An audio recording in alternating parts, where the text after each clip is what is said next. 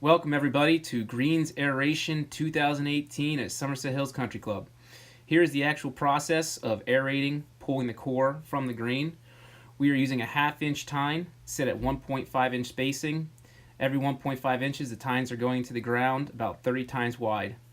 We chose a 1/2 inch tine because in my theory, recovery time is a reflection of the size of the tine you use, not how many holes that you put in the ground. So we'll go with a slightly smaller size tine, but we'll put as many holes in the ground as possible compared to going with a larger tine and putting less holes. It takes those larger holes longer to heal in. So this is just the actual machine pulling the core, which is the simplest part of the process. Once the plugs dry, we drag them back in. We're doing this time to keep the soil in the greens. We have the soils in a good place, so it defeats the purpose to remove the cores and put straight sand down.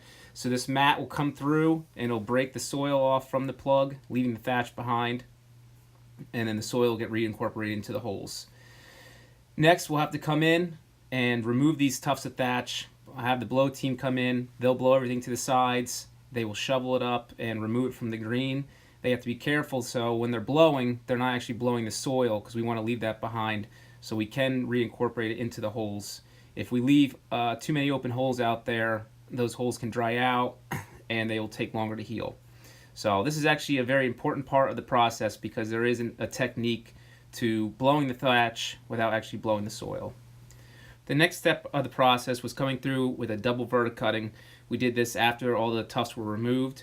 This will put a very narrow slit in the ground. We did this in 2 different directions. The goal with this is to help the holes recover quicker. The thin slit in the ground will actually create a tighter, more healthy turf. This is a process that we do a lot during the season, especially in the spring, but we've incorporated this into our post-aerations to help the holes recover.